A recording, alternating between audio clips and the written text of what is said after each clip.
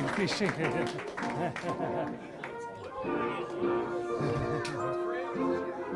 Well, be seated. I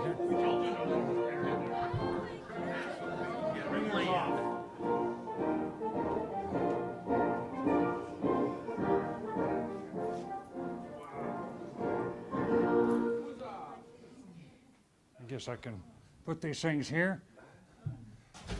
Well, my friends, fellow citizens, I am delighted to have this opportunity to meet with you this night. I am very happy that we can meet together this day, not in sorrow, but with gladness of heart. I think the evacuation of Petersburg and Richmond has given us hope. My friends, we are going to see peace once again, a righteous and a speedy peace whose joyous expression will no longer be restrained. In fact, a call for national thanksgiving has been prepared, and it will be duly promulgated. By the President of the United States, a proclamation. It has pleased Almighty God to hearken to the supplications and prayers of an afflicted people, to vouchsafe significant victories to the armies and navies of the United States. The recent surrender of the principal insurgent army is an event so signal and so effective as to furnish reasonable grounds for augmented confidence, new confidence that the union of these states will be maintained. Our Constitution will be preserved. Our peace and prosperity will be permanently restored. By these victories, we are accorded that they are not without sacrifices. Sacrifices of life, limb, health, liberty, incurred not only by soldiers but by brave and loyal citizens throughout our domain. Domestic affliction in every part of the country has followed in the train of our fearful bereavements. And it is meet and right to recognize and confess the presence of our Almighty Father and the power of His hand, equally in our triumphs and in our sorrows. Therefore, be it known that I do set apart Thursday, the 4th of May next, to be observed as a day of national thanksgiving, praise, and prayer. And I invite the people of these United States to assemble on that occasion, in their customary places of worship, and in the forms approved by their own consciences, of course, but then to render the homage due to the divine majesty for the wonderful things He has done in this nation's behalf, and to invoke the influence of His Holy Spirit to subdue the anger which has been produced and so long sustained by a needless and cruel rebellion, to change the hearts of the former insurgents, to guide the counsels of this government with wisdom adequate to such a great national emergency, and to visit with tender care and consolation throughout the length and breadth of this land those who suffer from the vicissitudes of marches, invasions, battles, sieges, who have been brought to suffer in body, mind, physical estate, and finally to lead this nation through the paths of repentance, submission to the divine will, and back to perfect enjoyment of fraternal peace. In witness thereof, I have set my hand in the city of Washington on Tuesday, April the 13th, in the year of our Lord 1865, and in the independence of these United States, the 83rd year. Signed by myself and Secretary Seward. My friends, Is it not fit for us to recognize the hand of God in these tumultuous events which we have lived through? As I think back 4 years ago, under similar circumstances, all of us looked at the possibility of a coming civil war. All dreaded it. How does one deal with civil war in a free nation? The difficulties were too ponderous to resolve, in my mind. On the one hand, either it must result in putting down a rebellion, a gigantic rebellion as it turned out, by forceful means, and to keep it in submission by the same, thereby sacrificing the very liberties upon which this republic was founded, and ultimately our national identity. Or, on the other hand, to simply allow the rebellion under the guise of freedom, but therein to open a broad avenue for similar rebellions, divisions, factions, and fractures over future differences of opinion, by equally destroying our nation and our national identity. Many reached Washington before me and probably administered their office much more capably than I have been able to. But no one entered upon this office with the prospect of facing a vast majority of people who not only opposed him, but were bent on destroying his administration and the very government of which it represented, if not our entire national identity. So, when I came on the 4th day of March 4 years ago, through a free, legal, constitutional election to preside over the government of these United States, the country was looking at a very dark aspect of war before us. Taking the oath of office, as I did, I was very well aware that accounts of outrages throughout this nation were in the everyday news. Outrages that meant the perpetrators were going unpunished. People who were lawless in spirit were by that means encouraged to become lawless indeed, and had become so used to no restraint that now they were absolutely unrestrained. The daily news brought what appeared to be an increasing disregard for all law and all order throughout the country, north as well as south, a growing disposition on the part of the average citizen to simply substitute human passion for the sober judgment of courts. People began to regard government as their bane and seemed to be bent on destroying every form of government. Thus, we entered upon a new chapter in our civil history. Subsequent to the inauguration of the administration, we discovered that our national capital had been put into a condition of siege. All of the roads were closed. Telegraph lines were cut. Water communication nearly impossible. We were in complete isolation.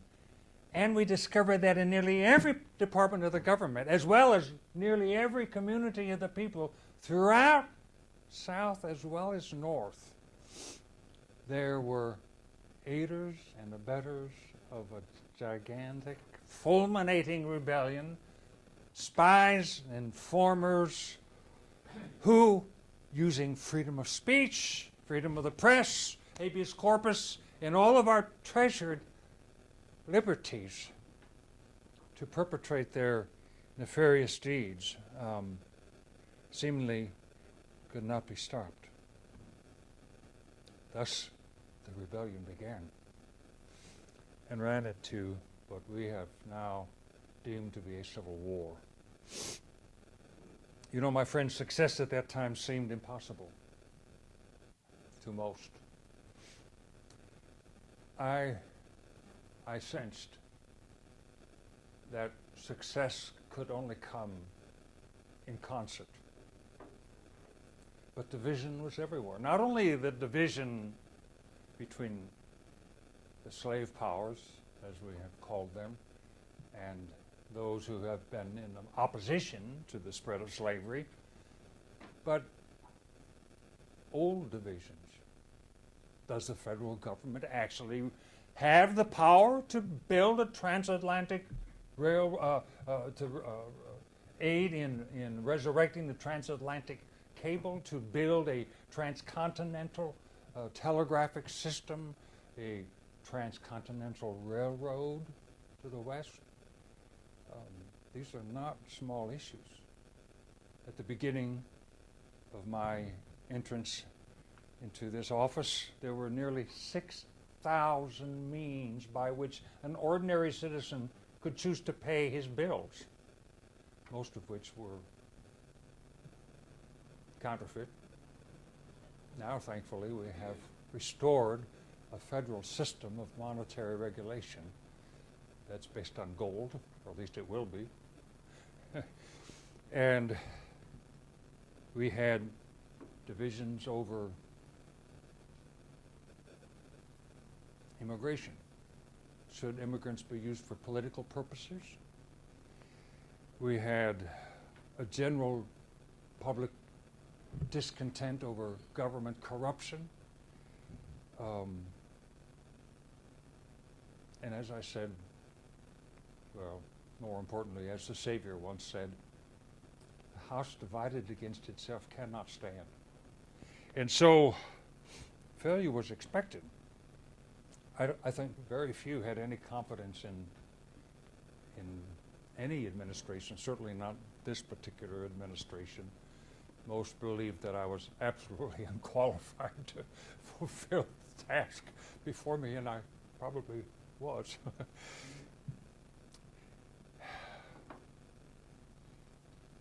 Upon the first meeting with Congress, I said to them, we have a free government. We have succeeded in founding and organizing successfully a free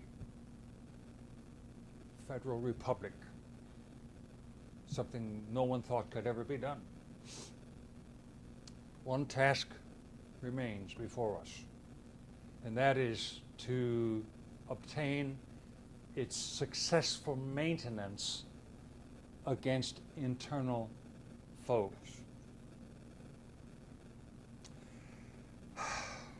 At the time, our military numbered approximately 16,000, I believe, if I recall correctly. Today, General Grant commands more than 500,000. We have changed mightily. At the time, I don't think any of the junior officers had ever even seen a force of more than 14,000. Only 2 officers had actually commanded more than a regiment, and that was Winfield Scott and General Wool, and both of them now were too old to ride a horse. They were needed in the front. I don't believe there was a single officer at the time who had any knowledge in particular of military strategy or the theory of war, because it wasn't being taught, not even at West Point.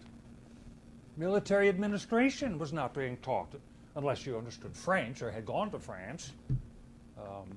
McDowell could, but he didn't last very long. No department of the military was ready for this. There were no military maps. My friends, the only maps we had in the beginning were topographical maps of the Western Theater. It was not until a little over a year ago that we had a military map of the main theater of war in the East. A year ago. Transport of troops was theoretical at best. McClellan had gone to the Crimean War and had witnessed it by means of railroads. It had not taken place in this country until our very first summer. And then it was the rebels who implemented it.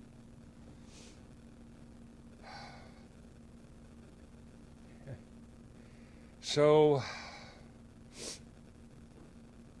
we had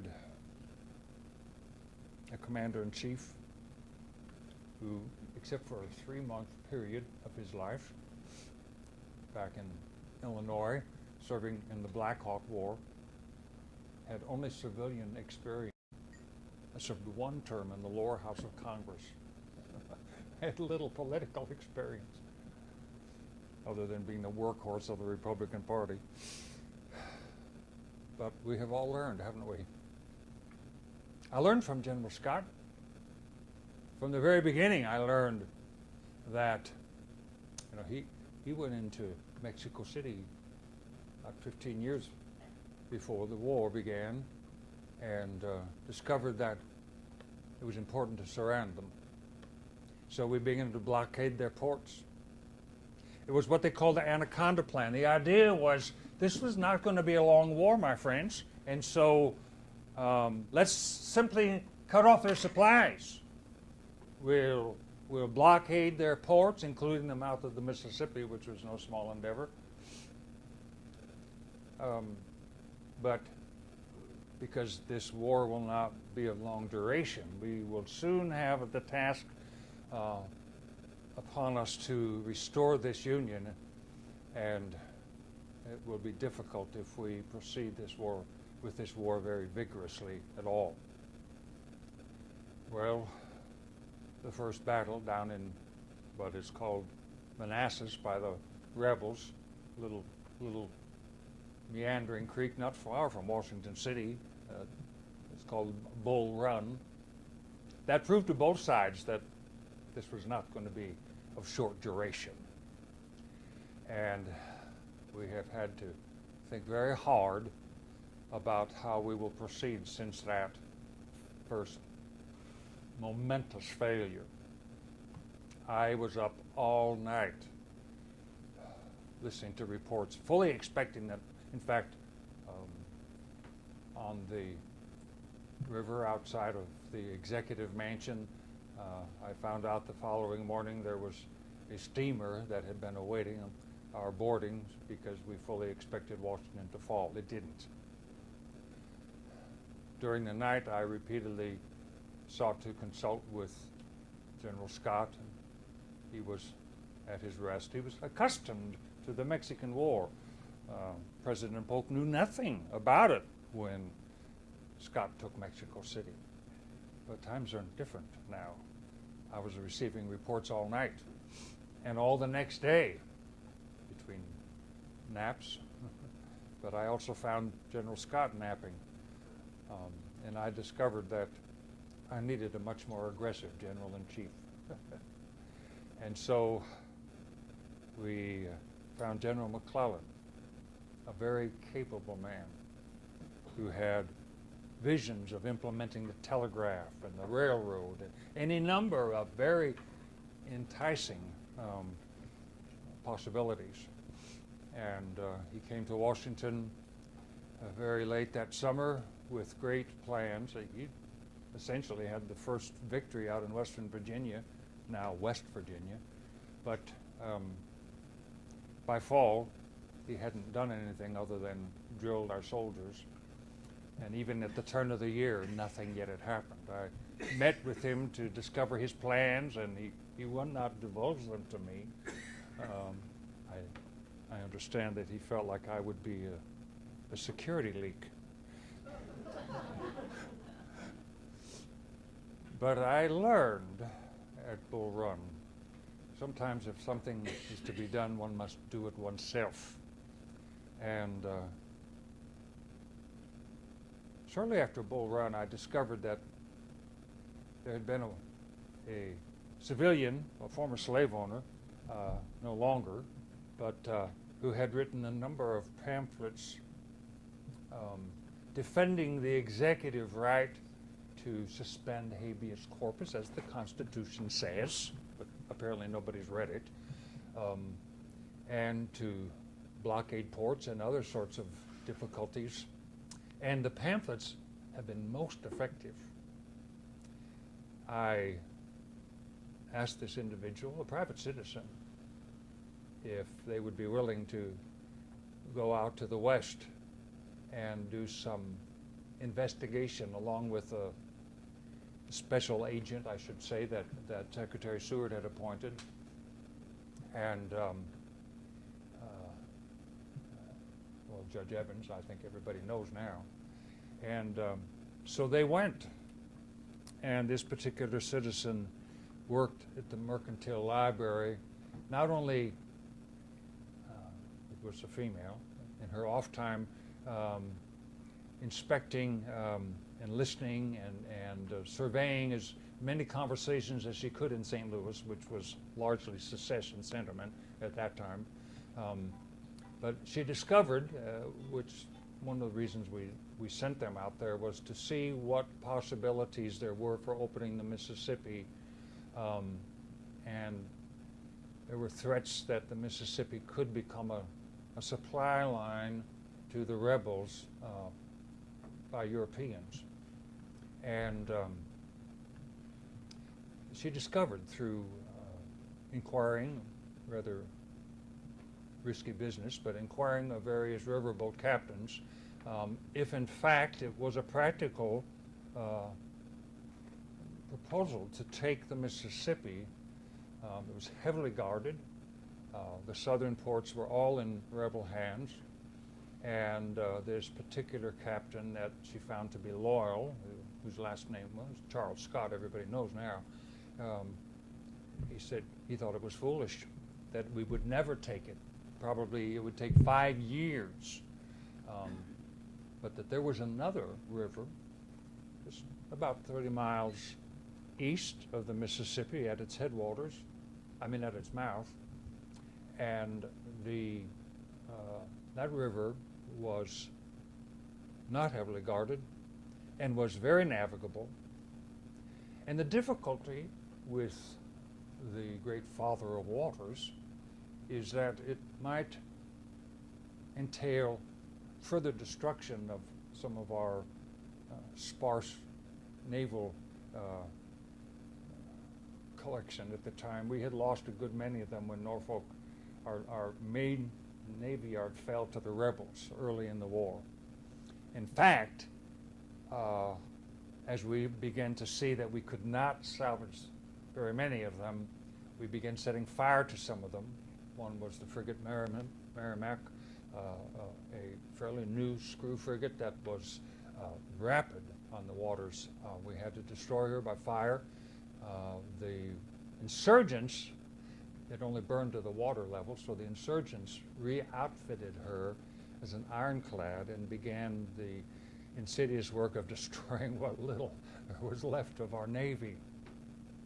And so the prospect of taking the Mississippi looked fairly grim at the beginning of the war, not to mention the fact that the waters flow from north to south.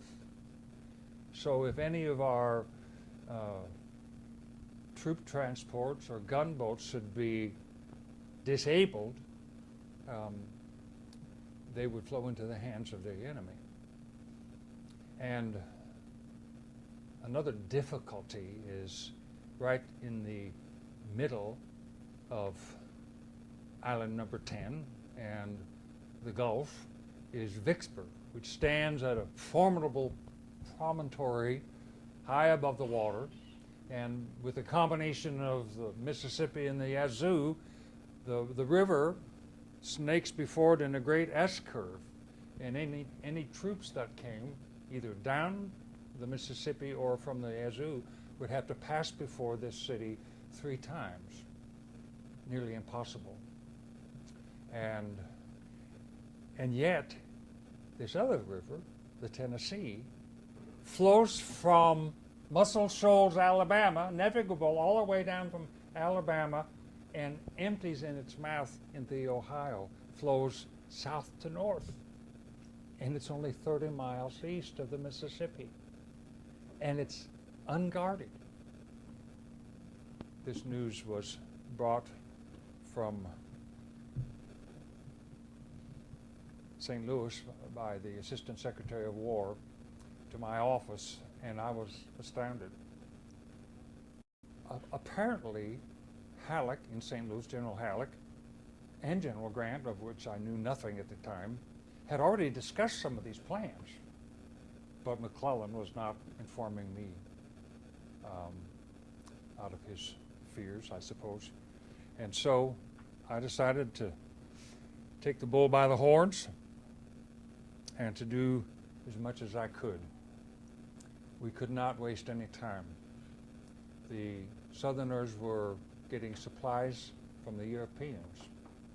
You know that the South and Europe have had a great affinity over the past several, perhaps decades, particularly England and their British free trade, so-called. I suppose they all hold to what I used to call the mudsill theory, that there are some people that are just too low-born or common or possessed of vice to have any share in government. So we need a ruling class, and the ruling class just wipes their feet at the door as a mudsill to get rid of the riffraff and to take care of the real business. And I wrote down a few things that some of the European newspapers stated early in the war. The London Times, which is a very, perhaps second only to Greeley's paper in its worldwide influence, said, "The likely downfall of the American colossus is a good riddance of a nightmare, excepting a few old men still holding to Republican tendencies. We all expect, we nearly all wish success to the Confederate cause." The Earl of Shrewsbury apparently stood before the House of Commons and said, "The dissolution of the American Union is inevitable. The men before me will live to see a ruling class, an aristocracy in America." The Spanish journal, I don't think I can pronounce this well, the Pensamiento Español, said, "The United States is populated by the dregs of all the nations of the world. Such is the real history of the one and only nation in the world which has succeeded in constituting itself according to the flaming theories of democracy. Their example is too horrible to stir up any desire for emulation." The Russian minister to the United States stated publicly, "This republic form of government, so much talked about by Europeans in generations past and still praised by the Americans, is now breaking down." What could be expected from a country where men that are low-born, of low class, are elevated to the highest positions of government? Well, there you have it. I'm evidence of that. So, during all of this, 3 nations conspired to invade Mexico and overthrow President Juarez. President Juarez was elected after, about 30 years of tyranny with the desire to make Mexico a free republic like her northern neighbor. And Juarez was driven out of Mexico City, and they set up an Austrian named Maximilian and began supplying the rebels with all that they needed. So, surrounding our enemies began to look a lot larger than we could manage. And the only thing that, and I should have known this when I said a house divided against itself cannot stand, not only does that apply to us, but it applies to our enemies.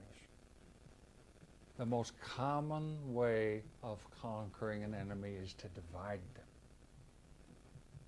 Every child knows this. You're not exactly a child. But do you remember when the days were that you needed something from your mother, and perhaps she said no? And then where would you go? Very quickly, to see if you can get an alternate answer. To your father, of course, hoping that they had not colluded. See, it is this, divide and conquer. Every young person understands this. It's us old duffers that take longer. So, I'm not much of a student of history, but in every great empire, division in diverse cultures has always been the biggest problem. So, where would be the logical place to divide a gigantic rebellion in the south of our country, since you've already spoken? Have you gone to school much? Can you think of a natural physical division in the middle of the United States of America? It sort of divides east and west? Yeah. What might that be? It's a river. Mississippi. Very good, the Mississippi. Thank you. I will not embarrass you any longer. That was, again, brought us back to the Mississippi River Campaign. We could not afford for the South to be provisioned via Mexico and the old Northwest. Iowa, Illinois, Missouri, Wisconsin relied upon the Mississippi to not only supply our troops, but to gain supplies for themselves and to get their crops to market. Another thing I learned from General Scott, as goes the old Northwest, so goes the war. I would hate to think what would happen if any of those states from the Northwest, because of economic pressure, decided to join the rebels who controlled the Mississippi. So it looked impossible. But this woman accomplished much, sent her plans to me, and I decided that we were going to have a new program. Not only did I replace Mr. Cameron, who was having his own difficulties, public censure, that was threatened, it was never implemented, but he had an assistant who was very aggressive, and I put Mr. Stanton in his place and sent him off to Russia where he couldn't do much damage, Mr. Cameron. Saved his political skin, but he came back later in the war and has been my avid supporter ever since. So do not censure anyone unnecessarily. You may need them later. But with the final push now on the Tennessee River, we succeeded in going to the south against the flow of the water, and General Grant took on the Tennessee River. We implemented the plan, and he took Forts Donelson and Fort Henry. Now there are two rivers that converge there. One that goes all the way down to south and north, that runs all the way down from Muscle Shoals, Alabama, and empties into the Ohio. The other empties into the Ohio, but it doesn't go down south. It goes to the east, to the back door of Virginia. That's the Cumberland River. That's the main highway to the mother of this rebellion. And so with the taking of Fort Donelson, which was very quick, we were able to begin to go toward Vicksburg through the back door.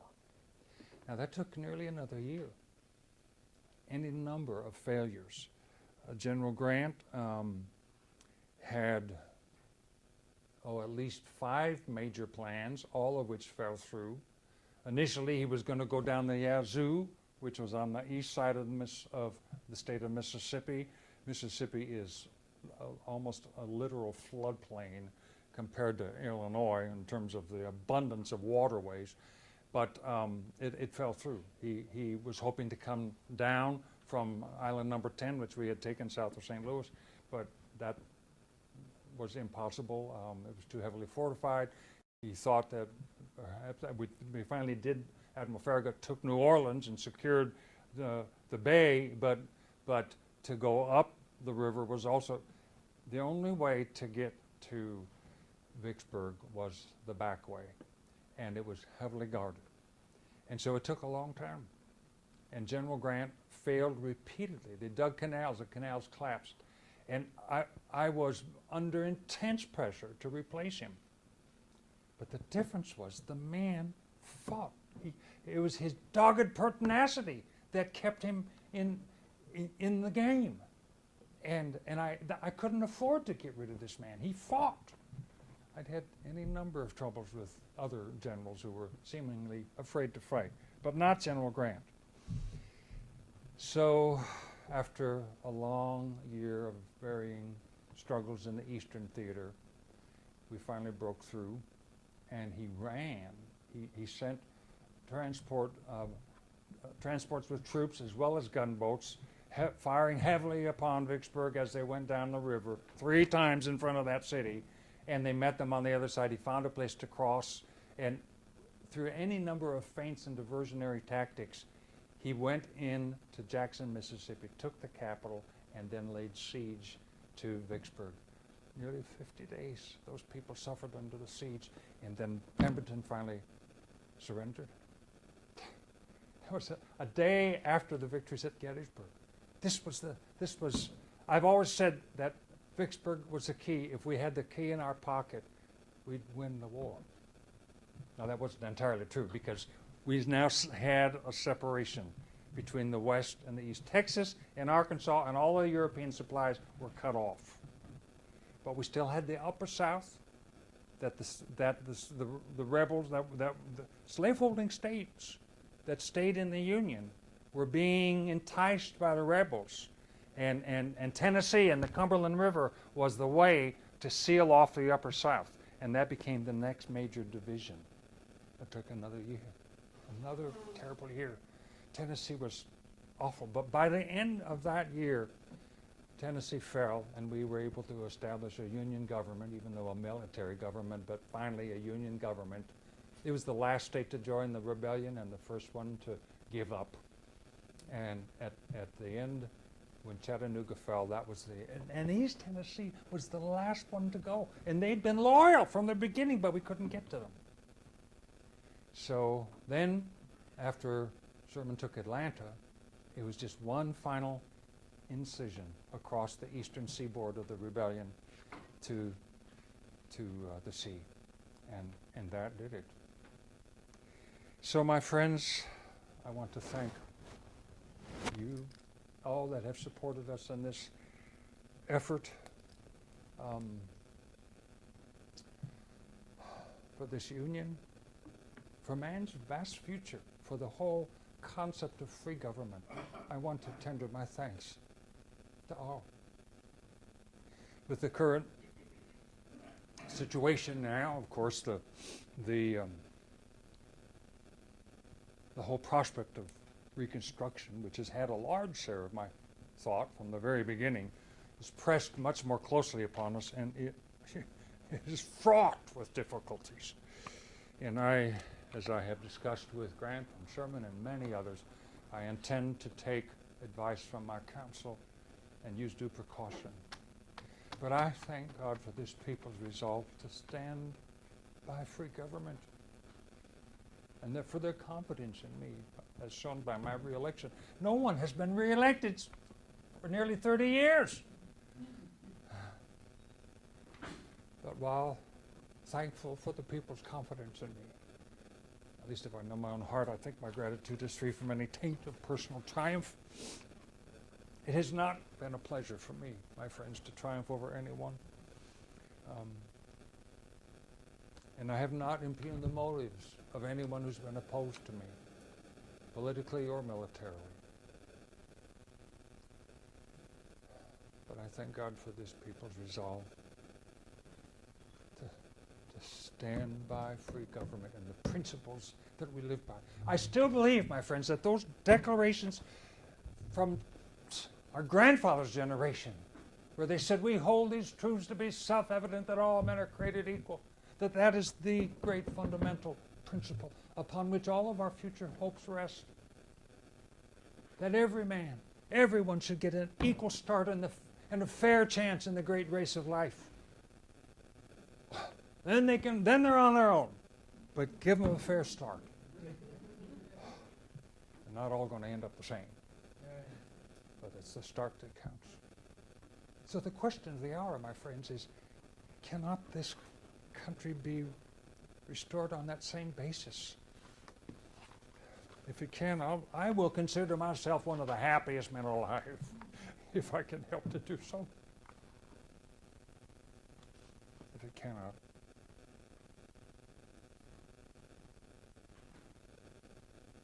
well, it'd be awful.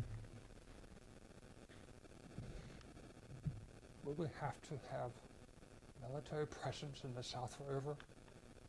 Will we destroy liberty in doing so? If it cannot,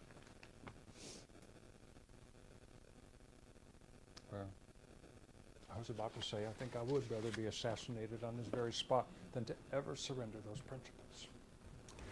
Well, you've been very kind. I'm loath to close.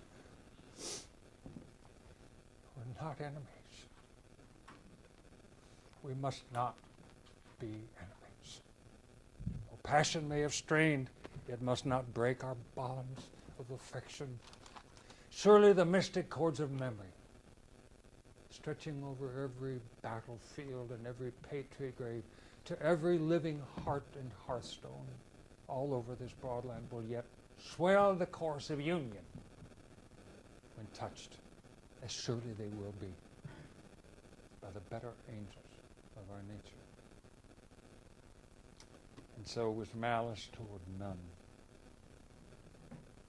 with charity for all, with firmness in the right, as God gives us to see the right, let us strive on to finish this work we are in, to bind up this nation's wounds, to care for him who shall have borne the battle, for his widow and his orphan, and to do all which may achieve and cherish a just, a lasting peace among ourselves and with all nations. Well, I want to thank you. I don't know if anyone wishes to tender any questions, but I'll do my best to know. This is a man who's been waiting since the beginning, I can tell. Yes, sir. Mr. President, your words leave us numb. But as a group, we would offer one suggestion, if you may, Mr. President. Could you and Mrs. Lincoln order in on April 14th?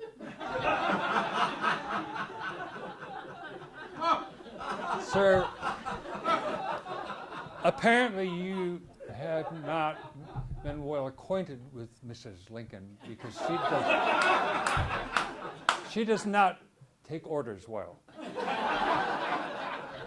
Anybody else?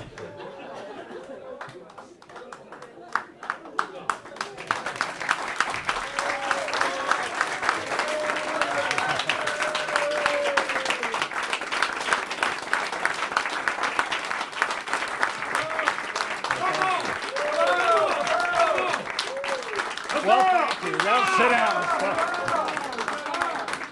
Now, you don't have to worry about asking the president questions. If you want to ask me a question, let me just tell you a little bit about what I did. A good bit of it was quotations from Lincoln himself, which I think you could figure that out if you know much about him. Some of it was taken, like in the beginning, I mixed his first inaugural with his last. I mean, at the end, I mixed his first inaugural with his last. We are not enemies, but friends came from his first inaugural. But the proclamation that I gave at the up front was actually in May of 62, 61. I can't remember now. I deleted all the footnotes on my copy because it was just made it way too long. So, so I altered it a little bit. What I said before that, a call for national thanksgiving has been prepared and will be duly promulgated. That was Lincoln's own words. He had prepared something very similar to that, but it's never been found. So I took one of his earlier calls for national thanksgiving and doctored it a little, changed the dates and so on. So anyway, so that's how I do my thing, and then the stuff with Anna Carroll. May I? Would you like a movie, since you were so kind to?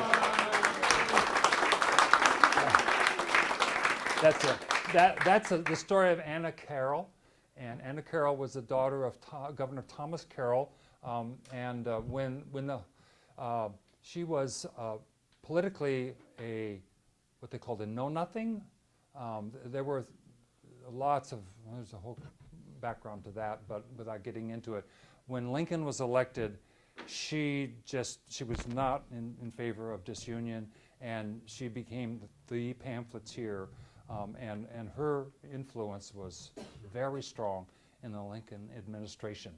So I danced around a little bit on whether or not whose plan Lincoln actually took. What I said was true, that McClellan did not want to tell Lincoln what was going on in St. Louis with Halleck and Grant. And she and Lemuel Evans, Judge Evans, did tell Lincoln.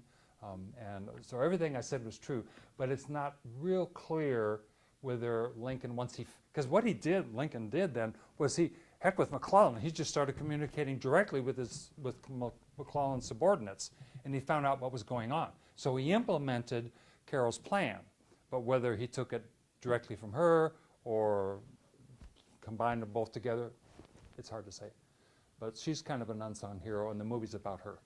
So I should say one thing. In this DVD, there's one bad actor. So you'll figure out who it is. But the actor was a friend of the producer and had to be in the movie, so that's how it goes. Okay, so if it's not too intimidating, you can ask me questions if you'd like. So I combine quotes with storytelling. Somebody was going to? I'm curious, how long have you been? How long have I been doing this? About a half hour, I think. I started, the first performance was in 1976. I was only 3 years old. No. I was only 28 then. I'm in my 70s now. So I have got a lot of years under my belt. It became full-time in 1980, and then we moved to Illinois in 1982, and I've been all over the place, done a lot of stuff. You do it well. Thank you. Very well. Well, Any joke or story? Any joke that you used to tell it to the cabinet or story you want to share? any joke or story? Gosh, Wow, he's come for president. Yes. you put me on the... George Washington's portrait in England. I usually only tell that to people from Great Britain. Oh. Well, I can't tell that in front of children and ladies. I'll tell it. Apparently, and I'm trying to think now of there was a colonial hero whose name has escaped me at the moment, but he went to Great Britain to visit, and this was shortly after the American Revolution. His name will come to me after I leave, but nonetheless, so he went and was talking with some of the British uppity-ups, and they really didn't much like Americans at that point, and so they decided they would play a little joke on him. And down the hill was an outhouse, and so they decided to hang a picture of the American president, George Washington, in the outhouse, knowing that he would eventually go down and use the facility, which he eventually did. and the name almost got to me, but it'll happen.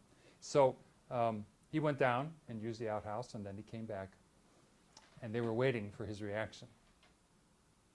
He refused. He wouldn't react, and so the suspense was just killing them, and they thought something must have gone wrong. Did somebody take it out? What happened? So they said, "Well, what did you think?" He said, "About what?" "Well, the way we decorated the outhouse for you." And he said, "What do you mean?" He said, "Well, wasn't there a picture of George Washington right there on the back of the door, the outhouse that you had to stare at?" He said, "Oh yeah, that was there." He said, "Well, didn't that make you wonder why it was there?" He said, "Oh, not at all. I figured if there's anything that could make a Englishman shit, it'd be a picture of George Washington."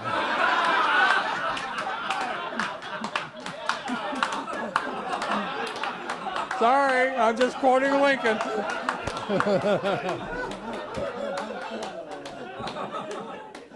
So anyway, now delete that. Here he's recording me.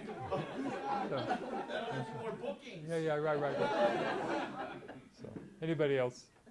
Well, you've been a great audience. Yes, sir. You again? We all Go have ahead. the same reaction. You again?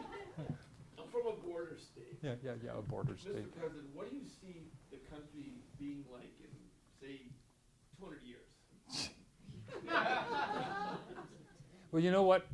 Lincoln said this repeatedly, and it's in his written writings as well as in verbal conversations that were written down by others. Human nature doesn't change. And so the problems that we come up with in our time that we are facing right now are really not a whole lot different. In the mudsill theory, the desire for a class of people to rule over another class.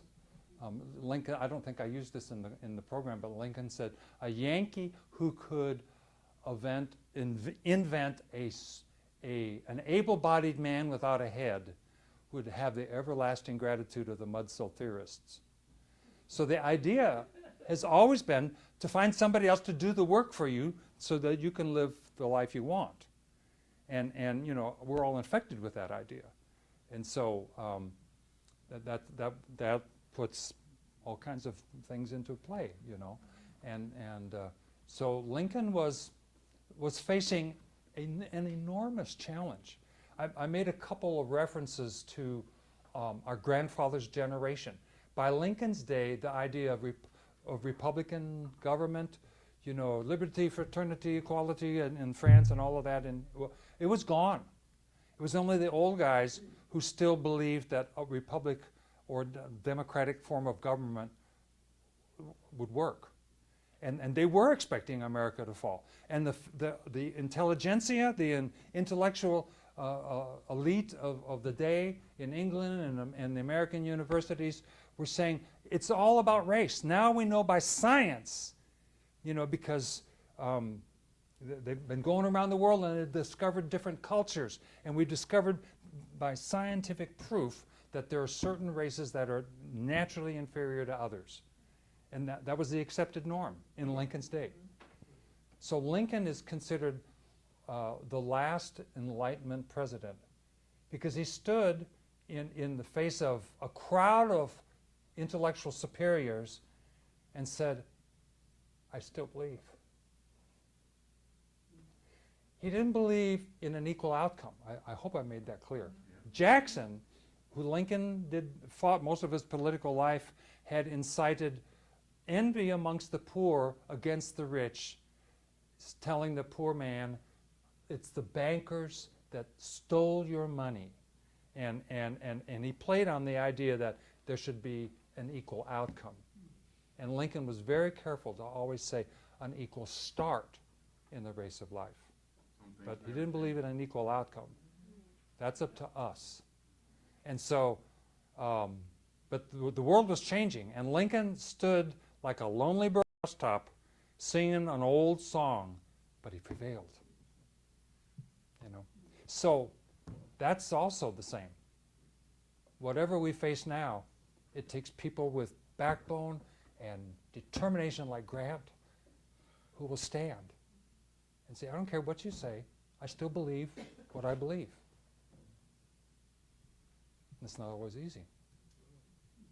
These days, people are losing their jobs because of that. Yes, sir. I think that what you just said is borne out by when you go to the Lincoln Museum and you see those cartoons and the caricatures that they made, but they're really mean-spirited Oh, yeah. in their tone and in their nature, coming from a wide variety of sources across the United States. Yeah. But it was amongst, in the Western world, amongst the intelligentsia. Read Benjamin Disraeli. He was a contemporary of Lincoln. Read Karl Marx. He was a contemporary of Lincoln. And they said the same stuff. Not so much Marx as Disraeli. And Disraeli was Jewish, of all, of all people to be talking about race. But that's where the world was at philosophically and scientifically. That's what scientists were saying. Origin of Species came out in 1859. Oh my! And it wasn't the first one to say those kinds of things. And they had found cultures that didn't look as westernized as others, and the people looked like they were inferior because they lived in a more primitive way. But that doesn't mean they were mentally incapable. But that was the conclusion that was drawn scientifically. So, yeah. Would you care to speak about the greenback and how you financed the Civil War? Oh gosh, that's a whole other program. But when Lincoln appointed Simon Porter Chase, he put him in charge of the Treasury, which to Chase's dismay, because Chase really wanted to be president. But Chase proved to be exceptional. He made deals with New York bankers. Now you got to understand that 6,000 thing of money. That there were all kinds of bogus banks. It was what they called the era of wildcat banking. And so European investors now, with the advent of what looked like the collapse of America, were calling in all their loans. So if somebody wanted to go buy a farm in the West, they might borrow money from the Bank of England to finance it. Or large companies would so European investors had a lot invested in America, and now it looked like America was going to collapse. So they were calling in their loans, and they wanted gold. And so there wasn't enough gold. But some, prescient, forward-thinking bankers in New York decided, we're not going to do this. We're losing all of our gold. We don't have anything of value. Everything's going to collapse. So we'll pool our money and our gold reserves, and then we'll stay stable, and we're not going to give in to this European pressure. So that's what then Chase did. He said, okay, then, will you guys loan the American government what we need? Because there was like about $1.5 million in the U.S. Treasury. All of it was spoken for. And we had huge debts, And so Chase just turned the thing inside out. Then he started printing paper money that was interest-bearing. And it was like 5%. It was better than you can get today. And people were going, duh, yeah, let's do that. And so everybody was getting these federal notes and using them, and pretty soon everything switched. And the American financial situation within about 2 years. And then when the I can't think of the name of the act, but it passed in February 62, that revolutionized everything. They didn't outlaw individuals like state paper anymore at that point, but the federal money was so much more valuable, nobody wanted state paper anymore, because most state paper was worthless. It was a joking matter. People would go to gambling casinos in Kansas City on the Missouri River, and they would pay out their winnings to the people on the table with state paper that they knew was worthless. And then the next day when they were gone, the guy that thought he got all those winnings would go and try to cash in his paper money for something that was really worth something, And they'd say, I'm sorry, that's all, Hartford Bank of where? That's, no, I'm not. So merchants had these huge books that they had to try to juggle to figure out what was worth what. And so it was really, so Lincoln did this country and Chase a huge service by reestablishing federal control that Jackson had destroyed. Yes, sir. What took you so long to replace McClellan with me? What were you waiting on? Well, Lincoln one time had someone come into his office and say something very similar. Said, anybody would be better than McClellan. And Lincoln's response was, well, for you, anybody sounds great, but I must have somebody. And that was basically it. People, fighting Joe Hooker turned out not so great. Burnside turned out not so great. And he could only gather this. McDowell had read French. He understood all kinds of military administrative things. He looked like a great choice in the beginning. But after Bull Run, he couldn't fight anymore. He was undone. His emotional makeup wasn't like Grant at all. And so, it takes more than what the soldiers think is great or what the newspapers say is great.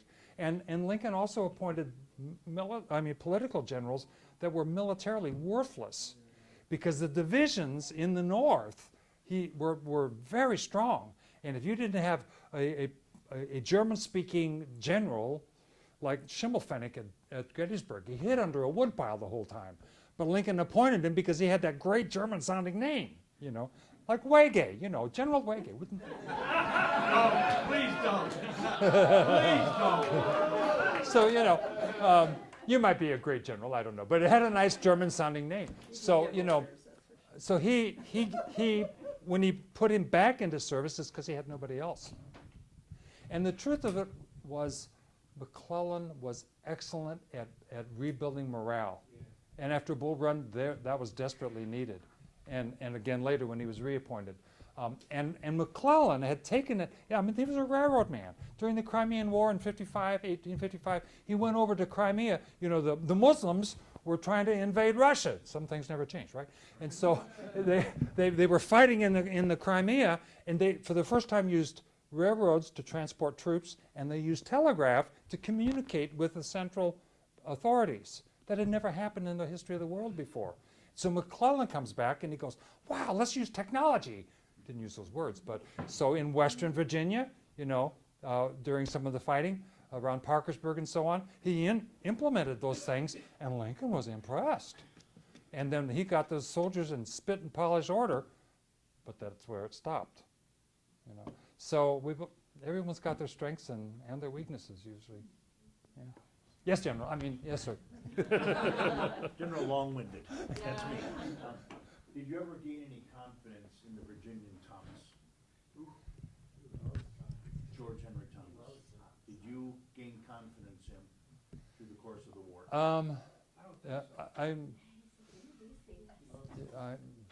I don't know about him. I'm sorry. I may look like an encyclopedia, but I'm not. Yeah. George Henry Thomas. Oh, the Rock of Chickamauga. That Thomas. Okay, thank you.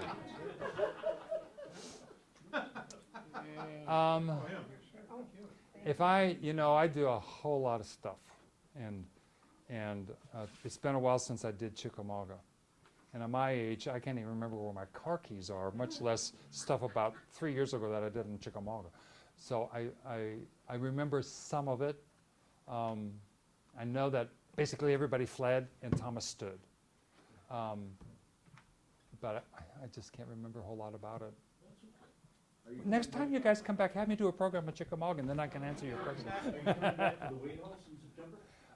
Actually, I just heard from them, and I sent him a proposal, and we'll see. Yeah, I hope so. So this gentleman, Richard Klein, Yeah. Fritz, Yeah, Richard. My middle name is Frederick, but I've always gone by Fritz. he is, until the COVID shut things down, he's at the reenactment at the White House. where I came across him, I've been so impressed with his demeanor and his character. At the Wade House, you cannot get a question answered past the year that they're constantly, that they're enacting. And so, kids will often try to stump you, and he will have a look of complete befuddlement about a cell phone or something like that. Or about General Thomas. Yeah. He always manages to turn it back on that student to make them think about what they just did. I've always been impressed with you, and thank Well, you thank for you. being here. Well, the thing about Wade House is they'll say, okay, this year we're doing, say, Chickamauga. And so we'd like you to talk about that. And so I'm right at the entrance. People come in, and I do the orientation. The bathrooms are that way, the food's that way, the battles are over there, and this is what they're going to do. And then I'll talk about it from the perspective of the White House. And so that's in the reenactments. Now, the student day is a day before, and I must say, those people run a student day better than any other reenactment I've ever been. The kids really learn. But I do, I like to get the kids thinking, and it's fun. I love what I do. You just like messing with the kids. Well, you guys have been a great group. I hope you could all hear me. So I noticed somebody shut the air off. You might want to turn it on again now. But so was I audibly? Was I heard well enough? Okay, good. I get so many things I'm thinking about, and so. Anybody else? You've been a great group. Yes, sir. I just wanted to comment that for the first time in 7 days, you actually got this group to shut up and be quiet. Maybe you're not such a good general. Over there. I just had one. We had a discussion, because we went to a couple contraband camps. Did Lincoln have a plan, maybe in his mind, if he wrote it down anywhere, what he was gonna do with 4 million freed slaves? I know they weren't freed yet, but I mean, what was he gonna do Okay, with those? Lincoln honestly believed, and when I say honestly, I mean I think he genuinely and with a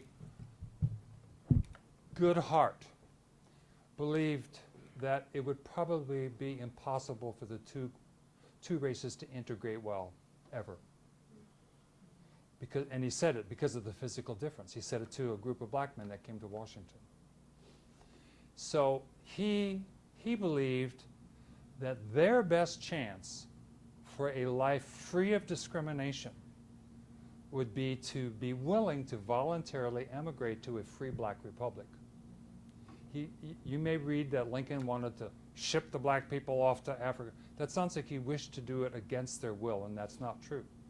Now, he was a member of the Colonization Society, but there were members of that society who were in favor of sending freed people against their will. Lincoln was not one of them.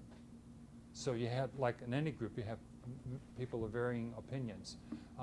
So that was his genuine belief. Now, people may view that as racist, but we're like 200 years later, and it had been nearly 200 years in the Civil War period that slavery had been on this continent, and we're still not free of that discrimination. So, my question is, was Lincoln entirely wrong?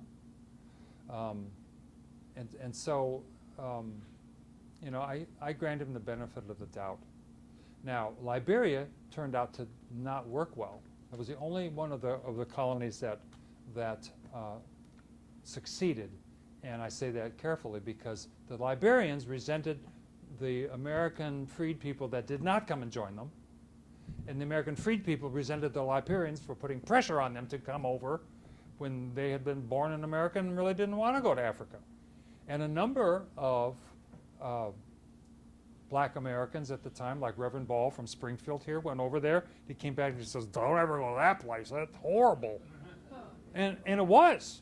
They lived very primitively over there, and the African nations all around them were engaging in enslaving one another and selling them to whoever they could, black, white, or purple. As long as you conquered them, they were, subject to sale. And they were getting into the Liberians' nest and trying to do the same with them or get them to join. And they were all former slaves. They didn't want any part of it.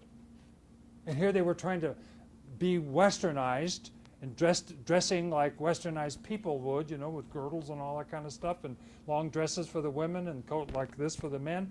And the Europeans disdained them and wouldn't admit them. Lincoln was the first Western nation to acknowledge Liberia as a legitimate nation, and Haiti, you know. It was all uphill for them. And Liberia is still not a fun place to live.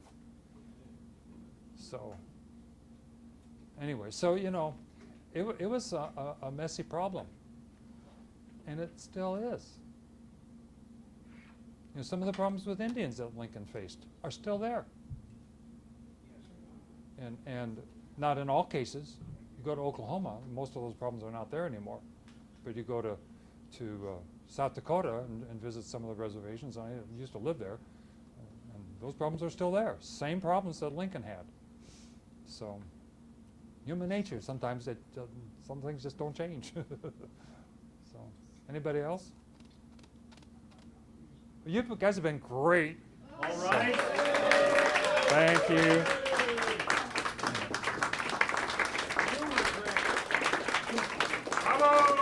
Hey, and News Rice. Did you see the shirt? Turn around. I did, yeah. So